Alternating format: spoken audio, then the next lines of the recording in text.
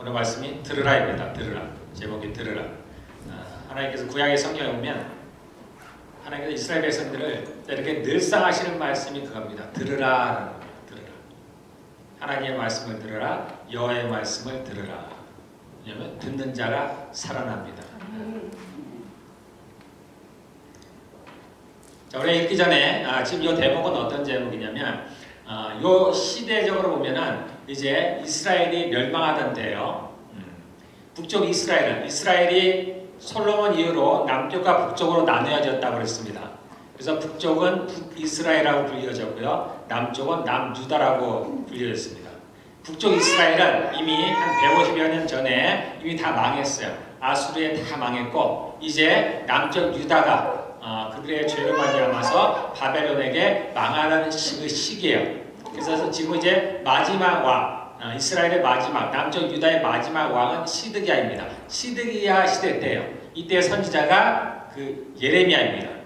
그래서 우리가 예레미야 선지자를 얘기하면 눈물의 선지자다 이렇게 얘기를 합니다. 왜냐하면 자신의 나라가, 자신의 민족이 이방 나라 바벨론에게 완전히 망하는 것을 예언하는 거예요. 하나님께서 회복하실 것을 예고하는 게 아니고 그들이 비록 쳐들어왔으나 하나님이 지키셔서 그 바벨론을 물리치실 거라고 예언하는 것이 아니라 망할 것을 얘기합니다.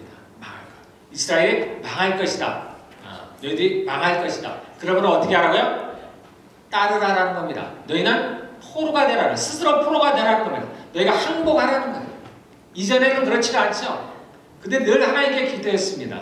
적들이 쳐들어올 때 하나님께 기도할 때 하나님께서 그 이스라엘을 적들로부터 구해 주셨습니다. 근데 지금은 아니에요. 지금은 아닙니다. 그들이 기도할지라도 하나님께서 더 이상 듣지 않아요.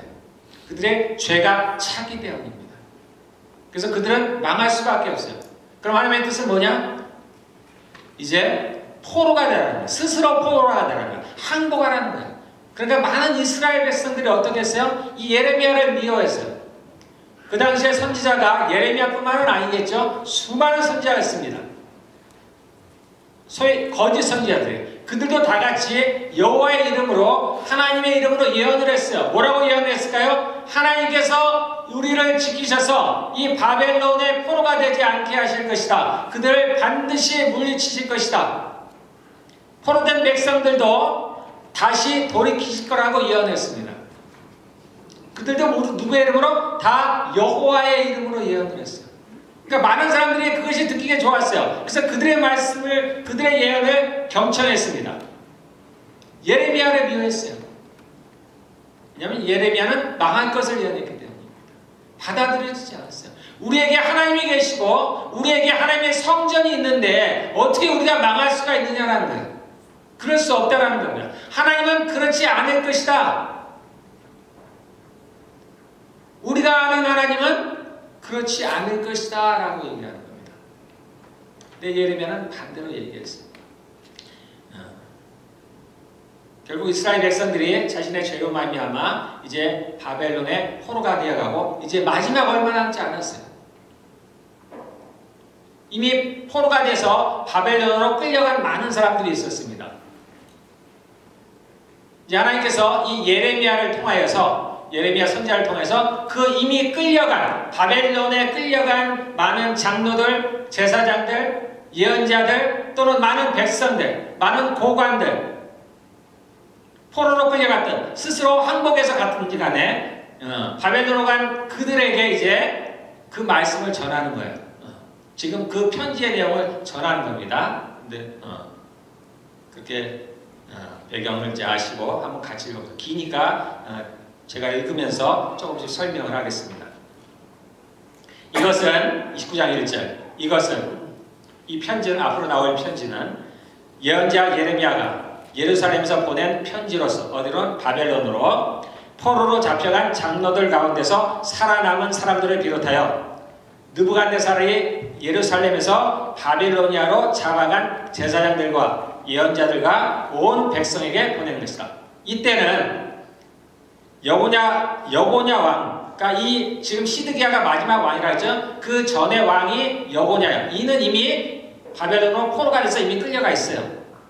이때는 여고냐 왕과 그의 어머니와 내시들과 유다와 예루살렘의 고관들과 기술자들과 대장장이들이 예루살렘에서 떠난 뒤이라. 포로로 잡혀간 때여 이미. 이 편지는 유다 왕 시드기야가 바벨로니아 왕 느부갓네살에게 보낸, 이제 이 시드기야가 이 바벨론에 있는 느부갓네살에게 지금 사신을 보내고 있는 거예요. 근데 그 사신을 통해서 이스라엘 백성들에게 편지를 보내고 있는 겁니다. 이 편지는 유다 왕 시드기야가 바벨로니아 왕 느부갓네살에게 보낸 사반의 아들 엘리사와 hilki야의 아들 그마랴를 시켜 바벨로니아로 전달하였다. 다음은 편지의 내용이다. 나 만군의 주 이스라엘의 하나님이 말한다.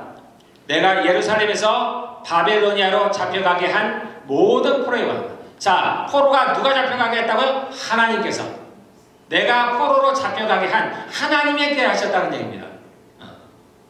모든 포로에게 말한다. 너희는 그곳에 집을 짓고 정착하여라. 과수원도 만들고 그 열매도 따먹어라.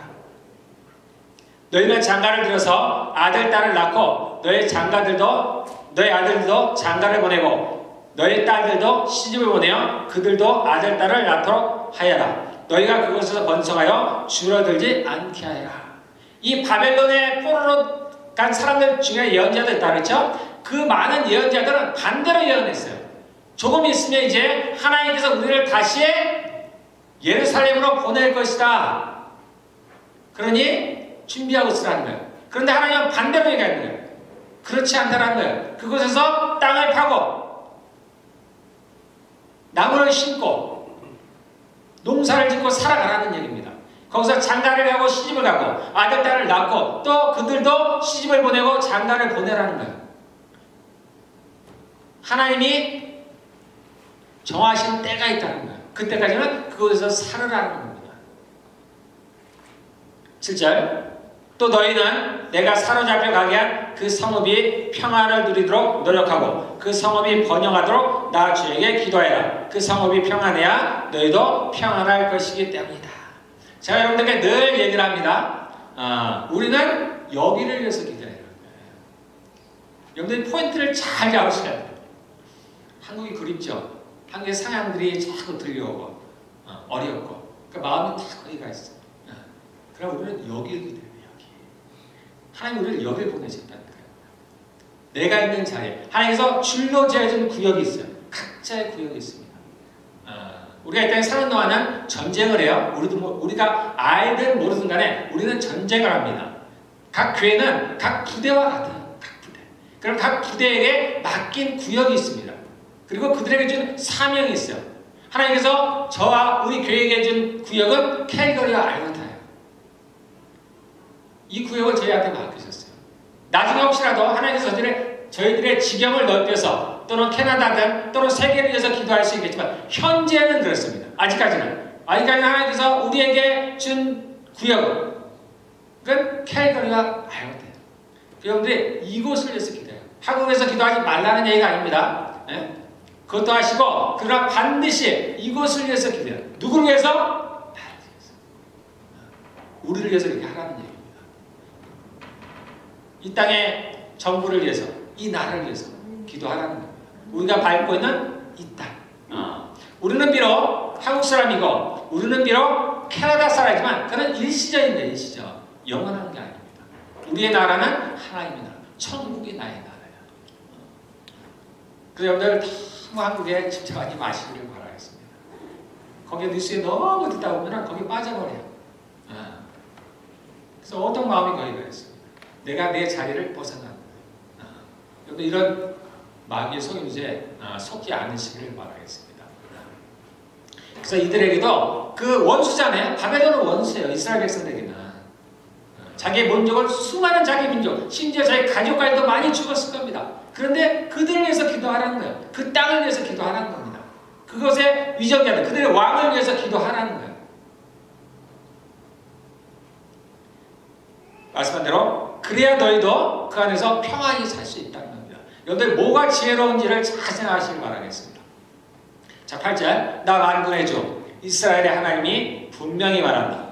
너희는 지금 너희 가운데 있는 예언자들에게 속지 말고 점쟁이들에게도 속지 말고 꿈쟁이들의 꿈 이야기도 고지 듣지 말아라.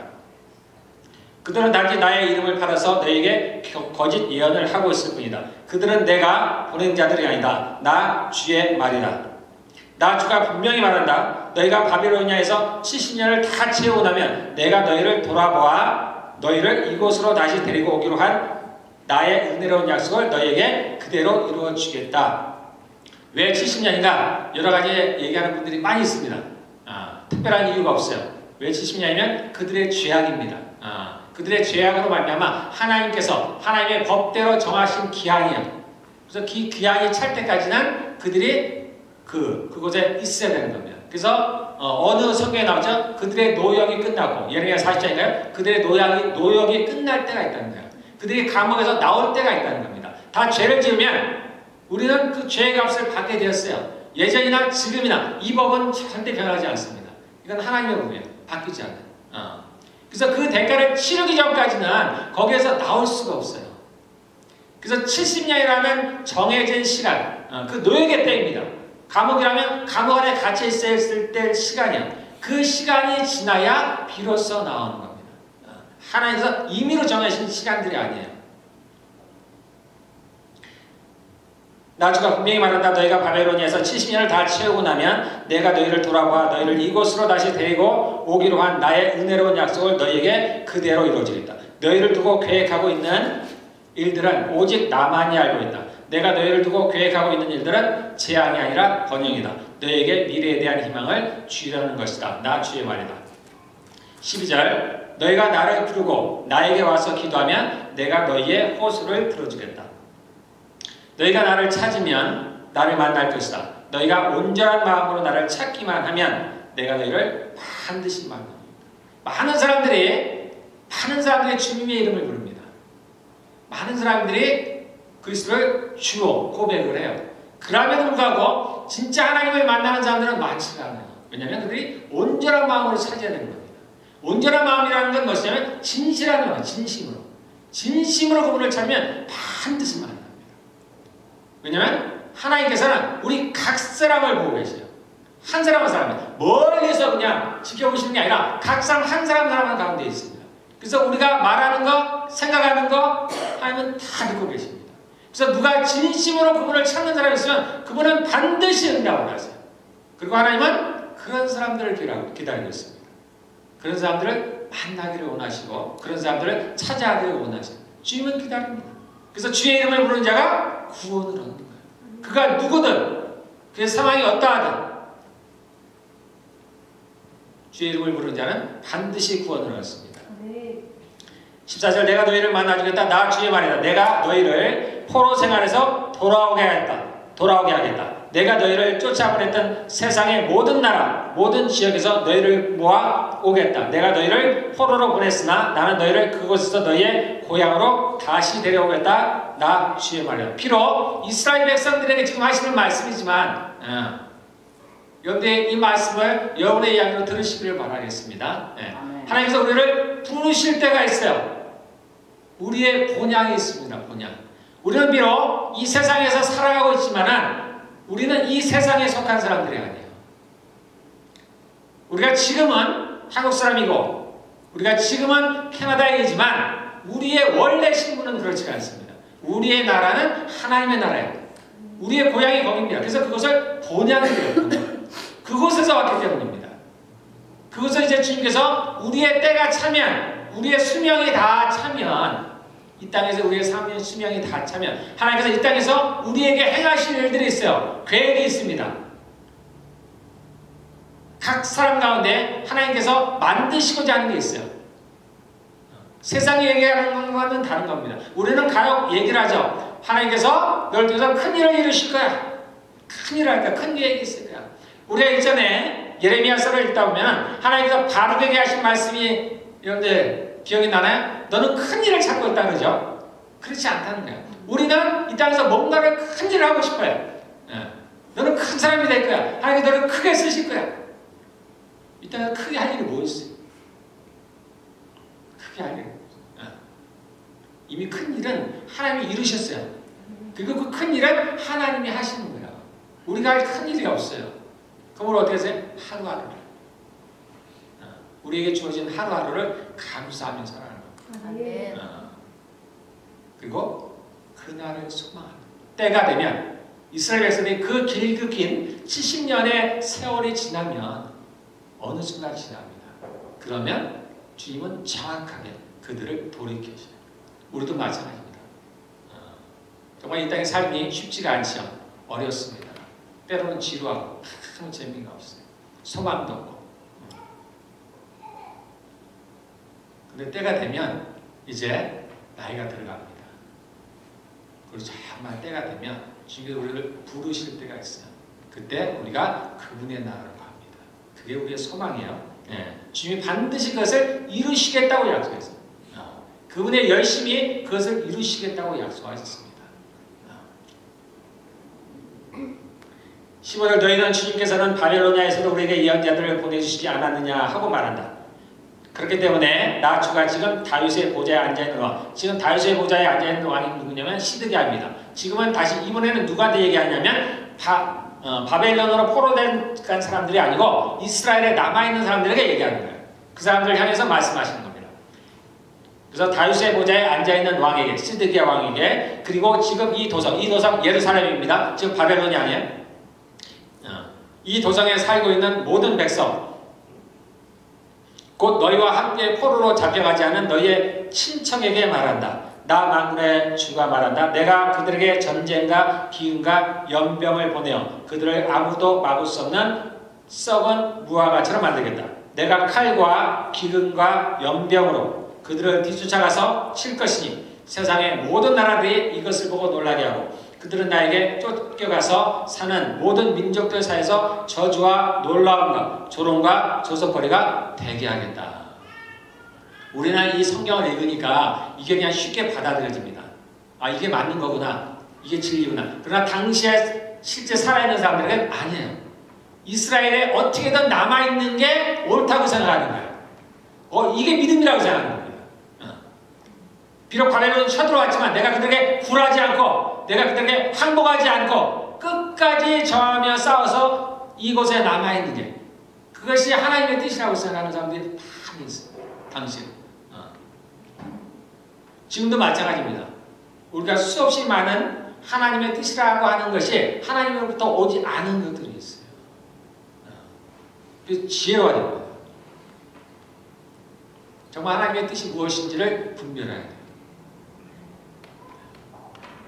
그래서 그들이 자신의 소견에 나는 하나님을 잘 섬긴다 하고 내가 하나님의 뜻을 따른다 하고 정말로 내 목숨을 건 거죠. 목숨을 바쳐서 그 자리를 지키고 있는데 전혀 하나님의 뜻과는 관계가 없어요. 오히려 하나님을 대적하는 자입니다.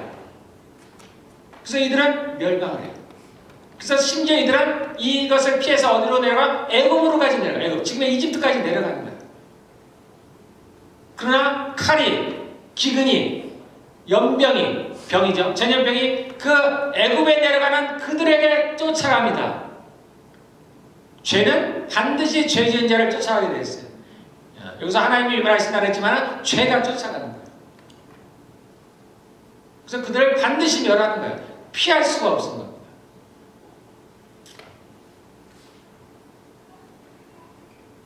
자, 21절. 20절. 그러므로 내가 예루살렘에서 바벨로니아로 쫓아보낸 너희 포로들아 이제 너희는 모두 나 주의 말을 들으라. 다시 이제 바벨론의 분들에게 얘기한 겁니다. 나 만군의 주 이스라엘의 하나님이 말한다. 지금 나의 이름을 팔아 너에게 거짓 예언을 하고 있는 골리앗의 아들 아합과 마아세아의 아들 시드기야를 두고 말한다. 이미 바벨론에 포로된 사람들 중에서 예언자들이 있겠죠. 그 중에 이 두 사람이 하나님의 뜻과는 다르게 예언하는 거야. 곧 돌아갈 것이다. 그리고 누구의 이름으로? 하나님의 이름으로, 여호와의 이름으로 얘기를 하는 거예요. 하나님께서 그들을 어떻게 정확히 알고 있습니다. 그들이 누구인지도 그들의 이름까지도 정확히 알고 있어요. 내가 그들을 바벨로니아 왕 느부갓네살의 손에 넘겨주어 너희가 보는 앞에서 그 왕이 그들을 죽이도록 하겠다. 하나님께서 그들을 멸하시겠다는 겁니다. 22절. 그리고 그들 때문에 바벨로니아에 사는 모든 유다의 포로 사이에서는 너도 주님께 형벌을 받아 시드기야와 아합처럼 이 거짓 선지자죠. 바벨로니아 왕에게 화형이나 당해라 하는 저주가 생길 것이다. 자, 우리는 성경을 보니까 쉽게 압니다. 이게 거짓 선지자구나. 그러나 당시 사람들은 구분하기가 어려워요. 왜냐하면 듣기에는 이 사람들의 얘기가 좋거든. 그리고 옳은 것 같아요. 당연히 하나님께서 우리를 돌이켜서 다시 예루살렘으로 돌이키겠지. 어떻게 바벨론에 살아가고 바벨론의 포로가 돼서 여기서 정착해 사는 것이 이스라엘 남은 자들이 그렇게 고통당하고 있는데 어떻게 나만 이곳에서 평안히 사는 게 하나님의 뜻일까? 혼란스럽습니다. 그런데 이제 마지막 장의 23절에 보면은 하나님께서 이들의 죄악들을 밝히 말씀하시죠. 이들이 어떻게 됐어요? 남의 아내와 다른 사람의 아내와 간음을 하고 하나님이 주지 않은 말씀을 전하였다. 그래서 이 거짓 선지자들은 이게 구분하기가 쉽지가 않습니다. 지금도 마찬가지예요. 쉽지가 않아요. 구분하는 방법은 과거나 지금이나 뭘로 구분해요? 열매로 구분해요. 그들의 열매. 두 가지입니다. 우리가 구분할 수 있는 방법. 그의 입에서 나간 것이 이루어졌나 안 이루어졌나. 바벨론에 포로된 그들이 다시 예루살렘으로 돌아왔으면 그들이 거짓 선자가 아니죠. 예레미야가 거짓 선자가 되는 거예요. 그래서 이 한 가지. 그들이 입에서 나간 말이 이루어졌나 안 이루어졌나로 보면 됩니다. 다른 하나는 뭐야? 그들의 열매를 보는 거예요. 신약에 와서도 주님께서 말씀하셨죠. 열매로, 그들의 열매로 그 나무를 알지니, 그가 어떠한지를 알지니, 그가 정말로 예수를 믿는 사람이라면, 하나님의 자녀라면 하나님의 자녀가 맺어야 될 열매를 맺어야 되는 거예요. 그게 없으면은 내가 아무리 나는 자녀라고 생각을 해도, 내가 말로 아무리 해도 그게 없으면 안 돼요. 무화과 나오면은 무화과 열매를 맺어야 되는 거예요. 포도 나오면 포도가 나와야 되는 겁니다. 내가 하나님의 자녀이면 하나님의 성령이 내 안에 계시면 성령의 열매들이 내 안에 나와야 돼요. 그래서 내 모습에 나와야 됩니다. 그래서 나에게 그러한 열매들이 있는가라는 걸 봐야 되는 거예요.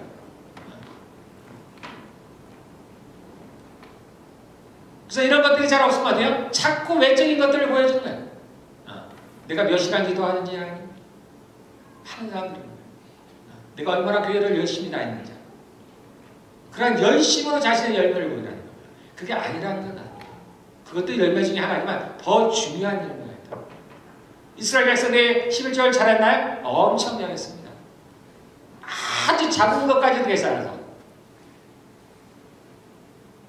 그 모든 11절 정확히 했습니다. 일주일에 2번씩 금식을 했어요. 안식을 철저하게 지켰습니다. 율법을 철저하게 지켰어요. 그런데 그들이 뭘 하지 않았다? 옛날 버전은 인과 의와 신을 버렸다. 사랑을 버렸다. 믿음을 버렸다. 의로움을 버렸다는 거예요. 더 중요한 것을 버렸다는 거예요. 그 더 중요한 열매들이 없다는 거예요. 그럼 주님께서 뭐라 그랬어요? 이것은 그럼 하지 말고 이것만은 아닙니다. 두 가지를 다 하라는 거예요. 이것도 하고 저것도 하고. 그러나 뭐가 중요하다는 건 주님이 분명히 말씀하셨어요. 이게 더 중요하다는 거예요. 이게. 우리가 밖으로 보여지는 우리의 그러한 모습들이 중요합니다. 그러나 그보다 더 중요한 게 있어요. 그러한 열매, 우리 안에 우리의 성품들이 중요해요. 더 중요해요. 성령의 열매. 그래서 여러분들 그런 거에 속지 마요. 누가가 밖으로 뭔가 큰 일을 하고 뭔가를 하고 눈에 보여지는 것들이 뛰어나다고 해서 대단하게 보지 마십시오. 그 별거 아무것도 아닙니다. 누가 정말 겸손한가? 드러나지 않게. 누가 드러나지 않게 다른 사람을 잘 섬기는 겁니다. 누가 드러나지 않게 뒤에서 다른 이들을 위해서 정말 열심히 기도하고 있는 것. 이건 잘 보여지지 않는 것들입니다. 주님이 보십니다. 이러한 것들이 정말 중요합니다.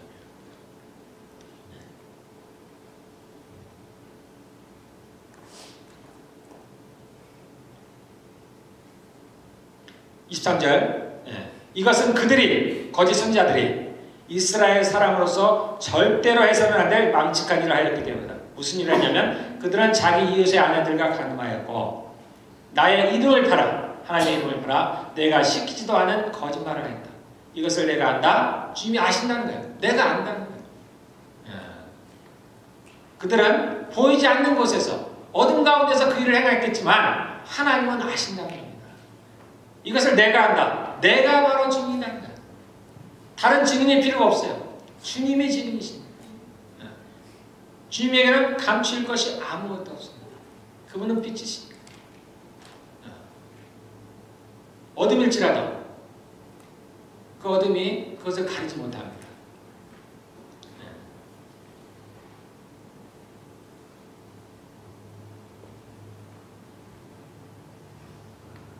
우리는 지혜를 많이 얘기하는데요. 하나님 말씀하신 지혜는, 성경에서 말하는 지혜는 올바른 지혜입니다. 땅의 지혜가 있고 하늘의 지혜가 있다는 거예요. 그런데 우리는 이 땅에서 살아오다 보니까 이러한 교육들을 잘 받아보니까 늘 땅에 있는 지혜만을 얘기하는 거예요. 그러니까 세상 얘기를 하면 처세술을 잘하는 거예요. 어떻게 하면 세상에서 현명하게 살아갈까? 어떻게 하면 일을 잘할 수 있을까?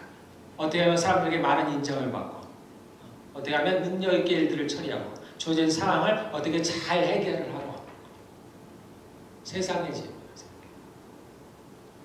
그리고 이것이 교회 안에서도 마치 지혜인 양 생각을 하는 거예요. 그렇지 않으면 우둔하게 생각합니다. 근데 성경은, 주님은 반대로 얘기했어요. 주님은 세상에 지혜롭다는 사람들 다 우둔하다고 말씀하십니다. 그래서 세상에서는, 세상에 대해서 우리가 좀 우둔해져야 돼요. 세상에 볼 때는 좀 바보 같은 면도 있어야 됩니다. 저는 그런 걸 참 부러워해요. 제가 부러워하는 것 중에 하나가 그겁니다. 세상에서 봤을 때, 남들이 봤을 때 뭔가 안 될 것 같아. 잘하지도 못하고 우둔하게 보는데 하나님이 그와 함께 하시니까 일이 묘하게 풀려. 그런 분들이 저는 부럽다. 하나님과 함께 하는 거예요. 그 지혜는 하나님을 경외하는 겁니다. 하나님을 공경하는, 그분을 높이는 게 지혜입니다. 그 지혜의 근본이, 지혜가 거기서부터 시작이 됩니다. 그럼 하나님을 공경한다는 게 뭘까요? 하나님을 두려워한다는 게 뭐냐면 그분의 얘기를 듣는 거예요. 그래서 지혜는 듣는 겁니다. 정말 이런 거 쉽게 얘기하면 지혜는 듣는 거예요. 세상도 마찬가지죠. 어느 정도 듣는 사람이 지혜로워져요. 특별히 하나님의 말씀을 듣는 게 지혜로워요. 듣고 행하는 자. 그래서 지혜로운 자가 되기를 원해요. 여기에 보면, 오늘 보면 두 부류의 사람들이 있습니다. 바벨론의 포로가 돼서 그곳에서 살아가는 사람들, 끝까지 바벨론의 저항에서 예루살렘에 남아있는 사람. 그런데 세상으로 볼 때는 반대로 생각해요. 남아있는, 이스라엘에 남아있는 사람들이 믿음이 좋다고 생각합니다. 저들이 하나님을 잘 믿는다고 생각합니다.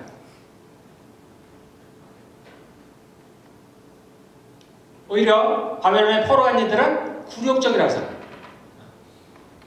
믿음도 없고.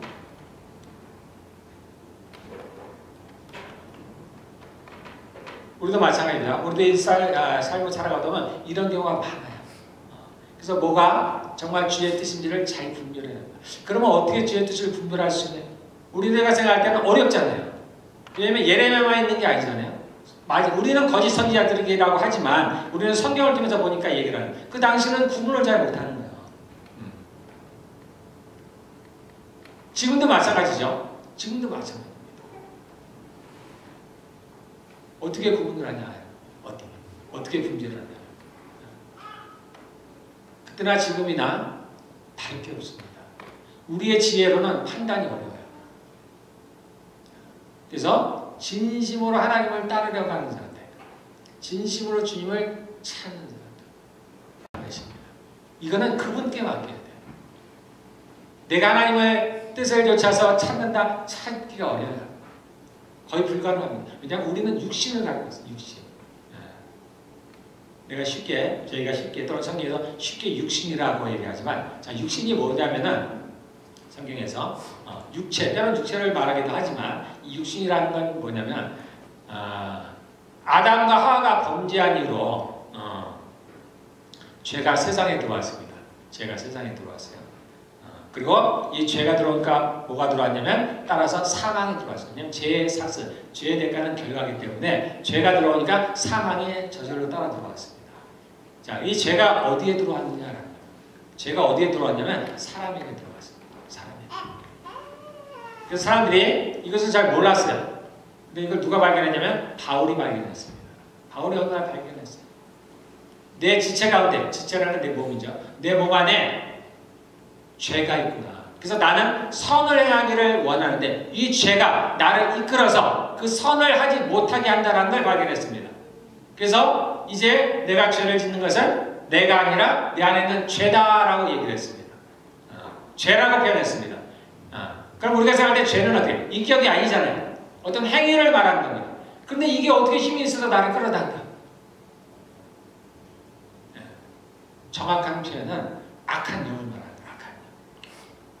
악한 영들을 두고 아니요 사람을 두고 하세요. 그래서 히브리서 4장 8절인가 27절 28절 잘 모르겠어요. 거기에 보면 하나님 말씀은 살아있고 능력이 있어서 좌우에 날선 어떤 검보다 그래서 영과 혼을 쪼갠다 했잖아요. 그때 영이 악한 영이 나죠. 내 안에 들어. 그래서 나의 혼과 연합을 했어요. 그래서 마치 이것이 나인 양. 그래서 내가 음란한 죄를 지으면, 내가 폭력을 휘두르면 그게 마치 나인 양. 우리는 모르니까 속고 있는 거예요. 그것이 나인 양.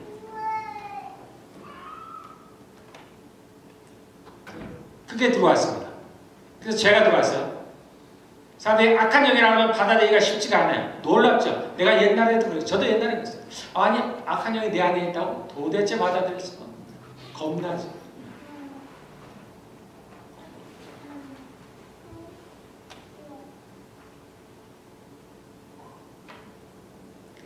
죄가 각 사람 안에 들어와 있어요. 그래서 나의 혼과 연합.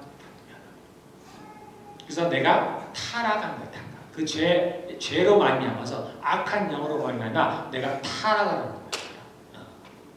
그래서 나의 혼도 타락을 하는 거야. 그래서 이 혼은 구원을 받아야 돼요. 이미 육체는 우리가 죽진 않았지만 죽었어요. 그래서 이제 때가 되면 흙으로 돌아갑니다. 그래서 이 나의 타락한 육체와 혼, 정확히 얘기하면 이 타락한 육체와 혼이 육신이라는 거예요. 그래서 이 육신은, 이 혼은 고쳐서 사용할 수 있는 게 아니에요. 좋아지는 게 아니에요. 우리는 이해가 안 되죠. 내가 좋아질 수 있잖아요. 좋아질 수 있다고 생각을 하잖아요. 근데 이것은 불가능합니다. 그러면 우리가 멸망하지 않죠. 영혼이 죽지 않습니다. 하나님 고쳐서 쓰시죠. 그렇지 않습니다. 그래서 우리는 어떻게? 죽어야 됩니다. 죽어. 십자가에 죽어야 돼요. 우리의 옛사람은 십자가에 못 박고 겉사람이 날로 후패하고 겉사람이나 옛사람은 같은 내용이에요. 같은 겁니다. 그럼 옛사람은 십자가에 못 박는데 사람이잖아요. 누굴 말한다면 옛사람은 나의 혼을 말하는 거예요. 혼. 나의 혼을 십자가에 못 박는 거예요. 나의 혼은 날마다 약해져 가야 돼요. 그럼 이제 뭐가 와야 돼? 새 사람이 와야 돼요. 새 사람. 예수를 믿는 사람들은 새 사람이 됐습니다. 새 사람이 됐다는 얘기는 이제 새로운 영이라는 거예요. 내 영을 부활하면 부활, 소위 본 다시 태어납니다. 죽었던 영이 살아난 겁니다. 그래서 이 새 사람은 뭘 가지냐? 나의 새 영을 말해요. 그 새 영이 날마다 강건해져야 돼요. 하나님께 나에게 새 사람을 입혀주는 거예요. 날마다 강건해져. 그래서 하나님은 뭐라고 해요? 하나님은 영이라고 그러시죠. 성령님이 계시지만 하나님은 전적으로 영이세요. 그래서 하나님은 영. 우리는 누굴 쫓아서 만들었다고요? 하나님을 쫓아서 만들었다. 우리가 원래는 뭐 해야 돼요? 내가 영이어야 돼요. 그게 맞는 겁니다. 그런데 아담과 하와가 사람이 범죄함으로 말미암아 이 영이 죽었어요. 에베소 2장 1절에 허물과 죄로 죽었던 그 죽었다는 건 영이 죽었다는 말입니다. 그래서 더 이상 영이 아니에요. 그래서 우리는 영의 사람 그러면 왠지 불편한 거예요. 세상 사람들은 알지도 못하고. 그럼 세상은 뭐라? 혼. 내가 누구냐 그러면 혼이에요. 혼. 내가 나라고 의식하는 게 이게 혼인 거예요. 혼. 왜냐하면 영이 죽었으니까. 그러니까 혼이 나라고 의식하는 거예요. 이제 우리가 예수를 믿으면 내가 새롭게 태어나죠. 그래서 내 영이 이제 태어났어요. 그러면 내 영이 점차 자라나가는 겁니다. 그래서 내 영이 어떻게? 영으로서 몸의 행실을 죽이고 육신을 쳐서 복종시켜. 누가 나눴어요? 내 영이. 내 영이 하는 거예요. 내 영이 자라는 거예요. 내 영이 자라서 이전에는 나를 주관하던 게 뭐였어요? 나의 혼이. 내 혼이 나를 주관했어요. 내 육체를 나의 혼이 주관했습니다. 그러니까 날마다 죄를 짓는 거예요. 이겨내지 못하는 거예요. 그 악한 영을 이겨내지 못해요. 내가 이겨내고 싶지만 이겨내지 못하죠. 내 혼으로는 그 악한 영을 이겨낼 수가 없는 거예요. 근데 내 영이 자라면 영은 강합니다. 혼보다 강해요. 더군다나 이제 우리 그리스도 믿는 사람에게는 그 영에 뭐가 와 있어요? 성령이 함께 와 있어요. 어마어마한 일이에요. 우리 각 사람은 그 영을 갖고 있어요. 여러분에게 그 영이 있는 겁니다. 내가 전에 언젠가 한번 얘기했죠? 우리에게 날개가 있다고. 우리 영을 말하네요. 우리에게 그만한 능력이 있어요. 우리에게는. 우리의 영이 그런 능력이 있습니다. 우리가 왜 갈 길을 모른다 그랬어요? 판단을 못한다 그랬어요? 세상이 영이 죽었기 때문에 모르는 거야. 갈 길을 모르는 거야. 하나님도 모르고 아무것도 모르는 거예요. 그 판단하며 선악을 분별하며 그러한 것을 누가 한다 해서 영이 하는 거예요. 그것을 이룰 수 있는 역할도 영입니다. 그러면 우리의 영이 자라면 우리는 이걸 신앙이 자란다 이렇게 표현한다 하는 겁니다. 내가 그리스도의 장성에까지 자란다 같은 얘기예요. 그래 나의 영이 자라가면서 이제 나의 육체, 타락한 나의 혼을 육신을 쳐서 복종시키게 됩니다. 내 혼은 자꾸 하나님을 떠나서 죄를 짓기를 원하는데 나의 이제 영이 자라서 그 육신을 쳐서 복종을 시키는 거예요. 그래서 선을 할 수 없는 내가 선을 하도록 하는 거란 말이에요. 이게 우리의 신앙생활이에요. 주님께서는 그렇게 우리의 영을 자라도록 하신 주님이 이 땅에서 우리에게 하시는 일입니다.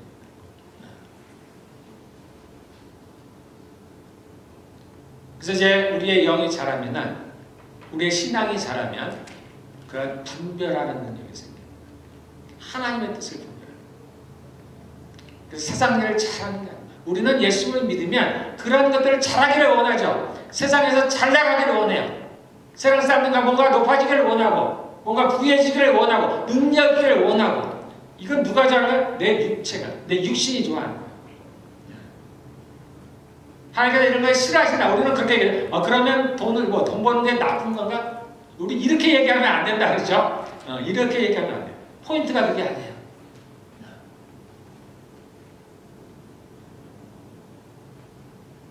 그래서 우리는 영을 쫓아 살아요. 그래서 이제는 전에는 나 그러면 혼이 나다 그랬는데 이제는 영이 나가. 하나님은 영이시라는 것처럼 나는 영이야 이렇게 되는 거예요. 이렇게 자라가야 돼요. 그럴 때 이 혼은 우리의 영은 완전하지는 않습니다. 우리가 하나님처럼 하나님의 영처럼 완전할 수는 없어요. 그러나 우리의 혼은 우리의 영은 온전해요. 선악을 분별할 수 있습니다. 판단력이 있어요. 그래서 우리가 영을 쫓아서 행하게 되면은 소위 얘기하면 형통하게 됩니다.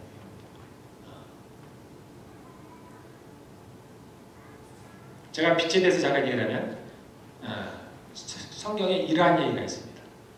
주님이 말씀하세요. 너희가 낮에 다니면은 걸려 넘어지지 않는다. 왜냐하면 빛이 있기 때문에. 근데 밤에 있으면 뭐라 하냐면 너희 안에 빛이 없어서 너희가 넘어진다는 거예요. 그 표현이 여러분 이상하다 그랬죠. 우리는 세상에 빛이 있다고 해요. 그 빛을 보니까 세상에 빛이 있으니까 밝혀지니까 우리는 그것 때문에 괜찮다고 생각해요. 근데 성경은 주님은 뭐라고 하세요? 너희 안에 빛이 있다. 너희 안에. 밤에는 너희 안에 빛이 없으니까 어두운 데서 올바로 판단하지 못한다는 거예요. 자, 여러분들 이 부분 잘 생각해 보세요. 하나님은 빛이십니다. 하나님은 이렇게 가로막혀도 그 밖을 볼 수가 있어요. 하나님이 자체가 빛이십니다. 하나님 안에 빛이기 때문에 그 앞에 장애물이 그걸 가리지 못해요. 어둠이 있어도 그것을 가리지 못합니다. 하나님 안에 빛이기 때문에. 그래서 이 빛이 우리 안에 충만하면은 이 빛은 생명이에요. 요한복음 생명이죠. 그러면 우리가 알 수가 있는 거예요. 그래서 우리가 그것을 때로는 은사라는 표현을 많이 해요. 그래서 누가 얘기하지 않아도 그 사람에 대해서 아는 거예요. 이러한 빛이 충만하면 우리 영에게는 그러한 능력들이 있습니다. 그래서 우리가 정말 우리가 이 육체를 벗어나 진짜 온전하게 우리 하나님의 나라에 갔을 때는 우리는 온전한 사람이 됩니다.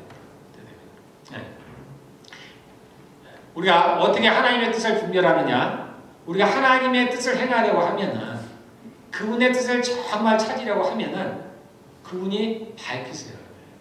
제가 과거에는 예전에 늘 하나님께 했던 기도가 있어요. 그거였어요. 주님 제게 말씀해 주십시오. 주님 제게 말씀하십시오. 제가 종이 듣겠습니다.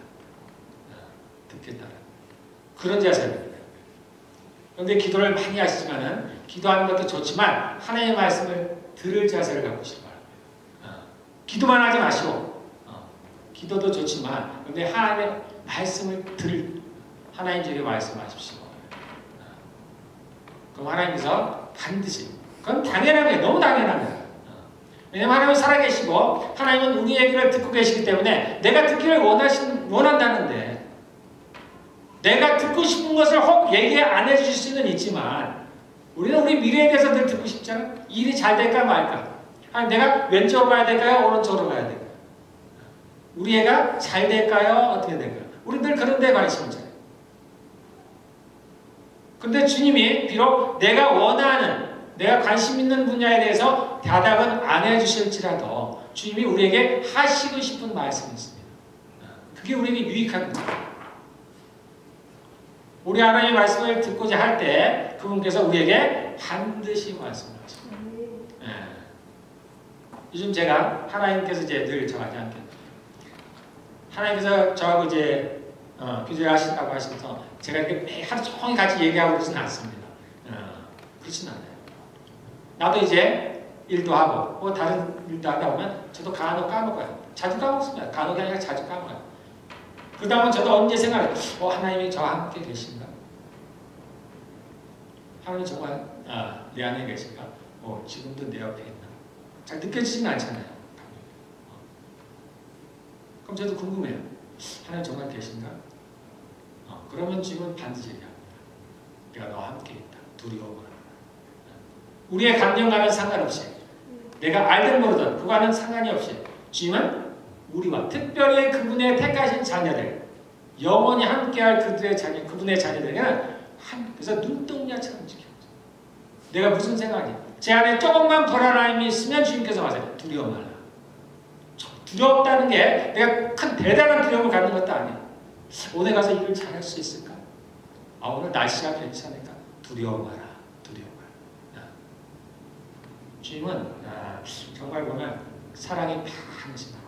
굉장히 뭐라고 해야 돼? 제가 가끔 무슨 그런 데를 합니다. 아니 이렇게까지 말씀 안 하셔도 되는데 내가 두렵다고 내가 정말 두려운 건 아니고 약간 그런 건데 그냥 좀 지나면 나 이제 괜찮아지는데 제가 그런 생각을 많이 해요. 근데 주님은 그래도 불구하고 그래 말씀을 하시더라고. 그러면서 이제 하나님은 이런 분이시구나. 굉장히 자상하다. 저에게 그런 없어요. 저는 전혀 그런 사람이 아니라서 그 부분이 제가 간혹 이해가 안 될 때가 있어요. 하나님 얘기 안 하셔도 되는데 근데 주님은 그러시더라고 보니까. 우리가 다른 분들에게는 어떻게 할지 모르겠지만 그러면서 제가 느끼는 게 하나님은 굉장히 자상하시구나. 뭐 어린아이를 보면 이게 잘 케어하는 사람들 있잖아요. 저 같으면 대충 내놓고 키운단 말이에요. 예를 들면. 근데 우리 주님은 자상하게 키우는 그런 부모와 같은 그런 분이신가 보다 라는 그 생각을 제가 갖곤 합니다.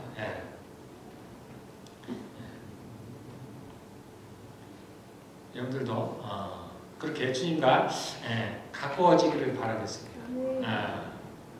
그래서 주님과 이렇게 교제 가운데 살아가기를 원합니다. 그러면 여러분의 삶이 형통해요. 형통하다는 게 꼭 내가 원하는 방향대로는 아니지만 하나님이 나에게 맞추는 게 아니죠. 하나님이 내가 원하시는 방향, 내가 원하는 걸 하나님께서 이루어주시는 게 아니에요. 우리가 하나님께 맞추는 거지 하나님께 내게 맞추는 거 아닙니다. 우리가 여기에서 갭이 있어요. 그런데 우리가 신앙이 자란다는 얘기는 나의 영이 자란다는 것은 이 나의 영은 하나님을 압니다. 그래서 하나님의 뜻을 알아요. 그래서 나의 영이 자란다는 것은, 나의 신앙이 자란다는 것은 이제 점차 나의 바라는 것이 무엇과 같아지면 하나님과 같아져요. 그래서 주님이 말씀하시죠. 너희가 무엇을 구하든지 내가 다 이루리라. 그런데 조건이 있습니다. 너희가 아버지의 뜻대로 무엇을 구하든지. 우리가 여기서 걸리죠. 저도 예전에 그랬습니다. 무엇든지 구하면 다 이루어진다고 하는데 그 다음이 걸려요. 아버지의 뜻대로 구하든지. 야, 내가 이거는 못할 것 같은데. 내가 아버지의 뜻을 어떻게 알아? 근데 가만히 생각하면 내가 원하는 게 하나님이 원하는 거하고는 잘 매치가 안 되는 거야. 그러니까 이 부분이 걸리는 거예요. 그래서 잘 안 될 것 같은데.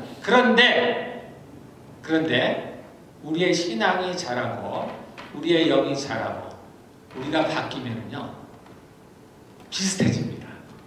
지금은 제가 뭐 그렇다는 건 아닌데 제가 바라는 게 대부분 하나님이 원하시는 거예요. 맞춰져요. 그래서 성경대로 너희가 무엇을 구하든지 다 이루어진다. 내가 너희를 위해서 무엇을 하겠다는 게 아니라 너희가 무엇을 구하든지. 그래서 주님의 말씀은 정말 거짓이었습니다. 우리가 그렇게 변해가는, 신앙이 자란다는 건 그렇게 변해가는 겁니다. 그래서 여러분들의 지혜로운 자는 뭐냐면 하나님의 마음을 잘 아는 거예요. 그래서 이 땅에서 어떻게 살아갈지를 여러분들 지혜롭게 생각하시길 바라겠습니다. 우리는 이 땅에 뭘처럼 살아냐? 나그네처럼 영원히 살 것처럼 생각하시면 안 됩니다. 그분의 말씀을 듣지 않고 그분의 뜻을 거스를 때 그 대표적인 예가 뭐냐면 이스라엘 백성들이 광야에서 30년, 38년 동안 40년 동안 생활한 거예요. 하나님께서는 그들에게 가나안 땅을 약속하셨잖아요. 하나님이 약속하셨어요. 내가 그 땅을 주리라라는 거예요. 그런데 그 땅을 주리라고 약속을 하셨지만 내가 거기에 있는 모든 백성을 다 없앤 후에 아무런 적이 없는 상황에서 평안히 그 땅을 너희가 찾아오도록 하겠다. 그렇게 약속하신 적은 아니죠. 너희가 싸워야 된다고 했어요. 너희가. 그렇지만 내가 너희와 함께 하기 때문에 너희가 싸우면은 반드시 이길 거다라는 거였어요. 그게 하나님의 약속입니다. 지금도 우리에게 약속이에요. 맞아요. 지금도 똑같습니다. 그 약속은 똑같아요. 우리 하나님을 믿기만 하면, 그분을 의지하기만 하면. 근데 그들이 가나안 땅에서 누굴 봤냐면 아낙자손을 봤어요. 아낙자손이 뭐냐면 거인족이죠. 좀 큰 사람들입니다. 우리가 아는 그 골리앗 키가 3m예요. 3m인데 작은 겁니다. 그 족속 중에서는 작은 거예요. 그들을 봤어요. 키만 큰 게 아니죠. 키가 크다는 건 덩치도 크죠. 힘이 셉니다. 상대가 안 될 것 같아요. 그의 여리고성을 봤습니다. 견고한 성을 봤어요. 이스라엘 백성들은 오합지졸입니다. 애굽에서 나와서. 전쟁이라는 걸 몰라요. 싸울 줄도 모르고. 근데 그들은 이미 전쟁 연습을 많이 했고 전쟁의 경험도 있고 철병거도 있고 성도 있고, 그러니까 도대체 이길 것 같지가 않은 거예요. 그러니까 우리를 보면은 또는 상대방을 보면은 도대체 해결될 것 같지가 않은 거예요. 이길 것 같지가 않은 거예요. 그러니까 그들이 그 하나님을 그 순간 믿지 못했습니다. 그래서 하나님은 거역했어요. 그들이 받은 결론은 40년 동안 광야에서 살았습니다. 얼마나 고통스러운 삶이었겠습니까? 언젠가 40년이 나서라도 내가 그 가나안 땅에, 내가 이때는 잘못했지만 이제 40년이 지나서라도 내가 그 가나안 땅을 들어갔어라는 희망이 있으면은 그나마 버틸 수가 있겠는데 이 이스라엘 백성들에게는 희망이 없습니다. 그들은 거기에 들어가지 못해요. 40년이 지나도 그들은 거기 들어가지 못해요. 그러니 그들의 광야의 삶이 얼마나 고통스럽겠습니까? 이 하나님의 말씀을 듣지 않는 이들이 받는 결말입니다. 우리가 이 땅에서 비록 힘들고 고난 가운데 여기 아무 재미가 없을 수도 있습니다. 즐거움이 없죠. 그럼 우리가 그분을 따르면, 그분의 말씀을 들으면 이제 때가 되면 우리가 그러한 것들을 회복할 때가 옵니다. 그래서 여러분들 지혜로운 삶을 사시길 바라겠습니다. 그래서 뭐 다른 거 없습니다. 여러분들 하나님을 사랑하시길 바라겠습니다. 여러분들 기도 가운데 하나님께 말씀을 하시는, 하나님 사랑합니다. 하나님 사랑합니다. 사랑의 감정이 없죠? 왠지. 근데 원래는 우리는 하나님을 사랑합니다. 우리가 원래 누가 했어요? 영이 나라 했죠. 내 영은 하나님을 사랑해. 내 혼은 못해요. 그러니까 우리는 이 혼에 워낙 익숙해 있어갖고 하나님을 사랑한다는 걸 잘 몰라요. 근데 우리의 영은, 내 영은 하나님을 사랑합니다. 이 영이 하나님께로부터 왔기 때문이에요. 이 영은 하나님의 사랑으로 충만하기 때문에 그 하나님을 사랑합니다. 그래서 여러분들이 하나님에 대한 사랑을 자꾸 고백을 하세요. 하나님, 제가 하나님을 사랑합니다. 그러면 마귀가 놀라서 됩니다. 저는 매일같이 하나님 제가 사랑합니다. 하나님 제가 사랑합니다. 하나님 사랑합니다. 하나님도 저에게 말씀, 내가 너를 사랑한다. 사랑한다. 저도 하나님 사랑합니다. 내가 감정이 어떻든지 간에, 지금 내가 마음이 어떻든지 간에 하나님 제가 사랑합니다. 그러면 정말 마귀가 놀라서 우리에게 믿음이 없는 것 또는 사랑의 감정이 없는 것, 이 모든 것들은 다 어디서 왔냐면은 이 악한 영으로부터 온 거예요. 우리는 그것이 내 것이라고 얘기하지만, 나는 원래 그런 사람이야 라고 우리가 생각하지만 이것은 우리가 잘 몰라서 그 악한 영에게 속고 있기 때문이에요. 원래 내 것이 없어요. 내가 누구를 잘 흘려봐? 원래 내가 아니라니까요. 내가 저 사람은 누군가를 용서하지 못해? 내가 아니라니까요. 여러분들 그게 나라고 착각하시면 안 됩니다. 나가 아니에요. 나가 아니에요. 이 모든 것은 악한 영이에요. 그래서 그런 것이 올 때 내가 물리쳐야 됩니다. 내가 아니기 때문에. 그게 나라면 내가 나를 어떻게 물리쳐요? 그렇게 할 수가 없어. 그런데 그것이 내가 아니라니까요. 누가 어떤 행동할 때 내가 마음에 안 들어. 내가 아니라니까요. 나에게서 온 게 아니에요. 이 악한 영이 나에게 주는 거예요. 그런 마음대로 주는 거예요. 그리고 마치 이것이 자기가 나인 양 속이는 거예요. 그래서 나는 이런 사람이다 라고 착각하도록 하는 겁니다. 그렇지 않아요. 그것은 내가 아니에요. 그래서 그런 것들하고는 자꾸 싸워야 돼요. 물리쳐야 됩니다. 그것이 나라고 하면 그거는 그 악한 영은 나에게 계속 붙어있는 거예요. 내가 그것을 나라고 하니까 합법적으로 나에게 있는 겁니다. 근데 내가 계속 밀쳐내고 싸우면은 그런 감정들이요 사라져버려요. 어느새. 이게 참 놀라운 일입니다. 여러분들. 여러분들도 그런 경험들을 한번 해보시면 좋겠어요. 그 악한 자를 자꾸 물리치시면 돼요. 반대로 하나님을 가까이하지. 그래서 여러분들 지혜로운 사람들이 되려면, 그래서 세상이 어떠하든지 간에 세상이 무엇라고 얘기하든지 간에 정말 하나님의 뜻이 무엇인가, 하나님 내가 어디에 있기를 원하는가. 내가 이쪽 캐거리에 와 있는데 자꾸 옛날 일을 그리워하는 사람들이 있어요. 옛날에 어땠는데, 한국이 어땠는데. 이 어리석은 사람이라고 해서 하나님 나를 여기서 보내셨으면, 이리로 보내셨으면 내가 이곳에서 살아가는 거예요. 왜냐면 이정도 잠깐 있다 가는 거예요. 또 우리 영원히 살 것도 아니고, 하나님이 여기를 보내셨으면 또 다른 데 또 보내시면 또 여기에 있다고 내가 영원히 여기 살 것도 아니에요. 언제든지 주인에게 말씀하시면 그분이 가라시는 데 내가 갈 수 있다라는 그런 마음. 그래서 늘 마음이 어디에 있으냐면 하나님께 있어요. 하나님의 마음이 어디 있는가, 하나님의 뜻이 뭔가, 하나님이 내게 원하시는 건 뭔가, 하나님이 내게 무엇을 하기를 원하신가. 내가 있는 직장에서 열심히 일하기를 원하시면, 있기를 원하시면, 주셨다고 믿으면 내가 이 직장에서 잘 섬기는 겁니다. 그러나 어느 날 하나님께서 내게 이곳을 떠나라고 말씀합니다. 이스라엘 백성들의 악한 자들은 반대래, 반대. 하나님이 바벨론으로 가라 그러는데 굳이 예루살렘에 남아있어요. 굳이 싸우면서까지 자기 목숨을 바쳐서 싸워서 예루살렘에 남아있습니다.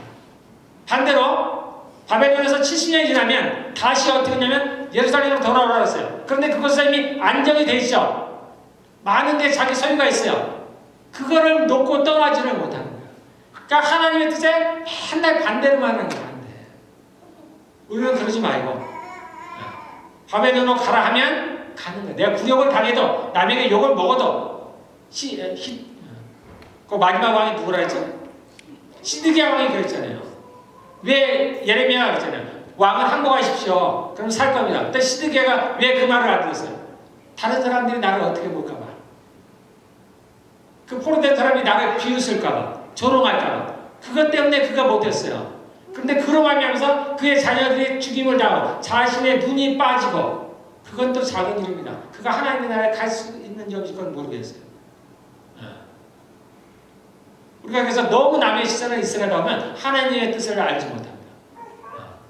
그래서 내가 때로 조롱을 받아도 남이 볼 때 웃음을 당해도 주님이 가라 하시면 그냥 가. 내게 모든 것이 갇혀 있어도 내가 평안해도 하나님께서 치심에 대해서 이제 떠나라면 그 모든 것을 놓고 떠날 수 있어요. 그런 사람들이 지혜로운 사람인 줄 믿습니다. 네, 우리 다 같이 지혜로운 사람이 되기를 바라겠습니다. 자, 우리 기도합시다.